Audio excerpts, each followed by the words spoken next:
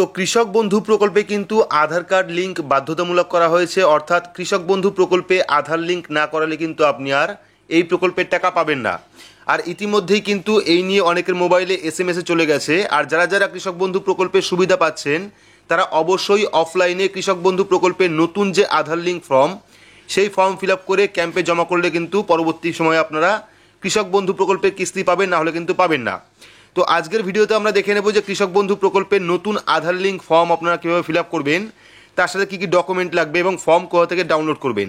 তো কৃষকদের জন্য কিন্তু আজকের এই ভিডিওটি খুবই গুরুত্বপূর্ণ, অবশ্যই শুরু থেকে শেষ পর্যন্ত দেখবেন। ভিডিওটি ভালো লাগলে লাইক করবেন, চ্যানেলটিকে সাবস্ক্রাইব করে পাশে রাখা বেল আইকনটি প্রেস করে নোটিফিকেশন অল করে রাখবেন, সবার সুবিধার্থে ভিডিওটি শেয়ার করবেন। তো চলুন শুরু করি। তো এখানে আপনারা নতুন যে কৃষক বন্ধু প্রকল্পের আধার লিঙ্ক ফর্ম, সেই ফর্মটা দেখতে পাচ্ছেন এবং এই ফর্মটাই কিন্তু আপনাদের ফিল আপ করে দুয়ারে সরকার ক্যাম্পে জমা করতে হবে।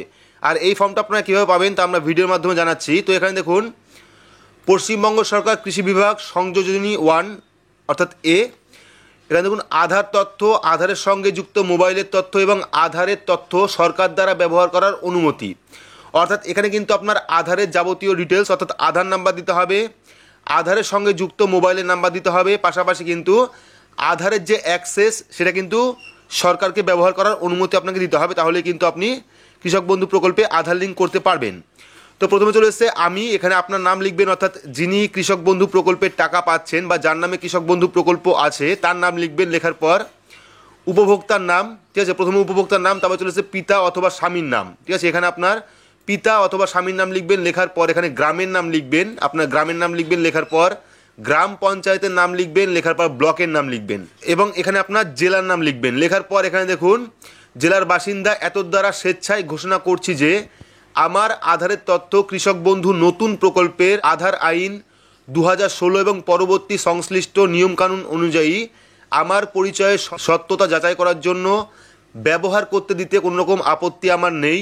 আমার কৃষক বন্ধু এবং আধার সংক্রান্ত তথ্য নিচে দেওয়া হলো। তো এখানে কিন্তু আপনাকে প্রথমেই আধার কার্ডের যে নাম্বার, সেই নাম্বারটা দিতে হবে। তো এখানে আপনারা আধার কার্ডের যে নাম্বারটা আছে সেই নাম্বারটা আপনারা প্রত্যেকটা কোডে বসিয়ে দেবেন। বসিয়ে দেওয়ার পর চলে আসবে আধারের সঙ্গে যুক্ত মোবাইল নাম্বার। তো এইবার অনেকের সমস্যা হতে পারে যাদের এখনও পর্যন্ত আধার কার্ডে ফোন নাম্বার লিঙ্ক হয়নি, সেক্ষেত্রে কিন্তু এখানে বলা হয়েছে আধারের সঙ্গে যুক্ত মোবাইল নাম্বার।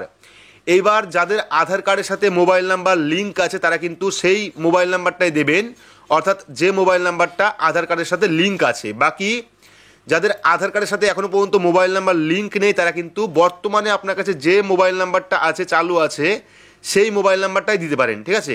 দেওয়ার পর ভোটার কার্ডের নাম্বার, অর্থাৎ এখানে কিন্তু ভোটার কার্ডে লাগবে, ভোটার কার্ডের নাম্বার দেবেন। এখানে ভোটার কার্ডের নাম্বার দেওয়ার পর নিজ স্বাক্ষরিত ভোটার কার্ড ও আধার কার্ডের কপি।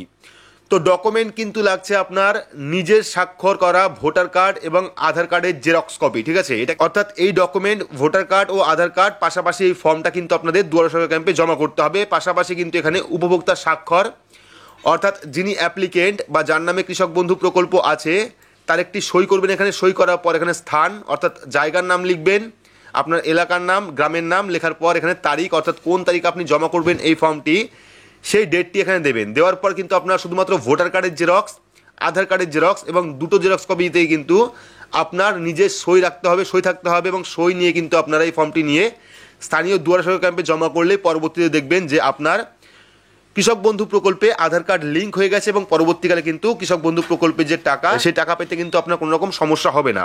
এবং যদি আপনি আধার কার্ড যুক্ত না করেন সেক্ষেত্রে কিন্তু পরবর্তীকালে কিস্তি আপনি নাও পেতে পারেন। তো এবার বলে রাখি এই ফর্মটা আপনারা কোথায় পাবেন। তো এই ফর্মটা কিন্তু আপনারা স্থানীয় দুয়ারে সরকার যে ক্যাম্প বসবে, অর্থাৎ আপনার এলাকায় যে ক্যাম্প বসবে সেই ক্যাম্পের থেকে কিন্তু আপনারা এই ফর্মটি পেয়ে যাবেন এবং সেখান থেকে আপনারা ফিল আপ করতে পারবেন। তো এই হলো কৃষক বন্ধু প্রকল্পের নতুন ফর্ম, অর্থাৎ সংযোজনী 1।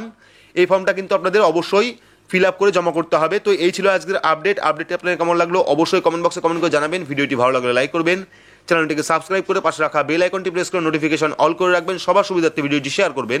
তো আজকের মতো এইটুকুই, ধন্যবাদ।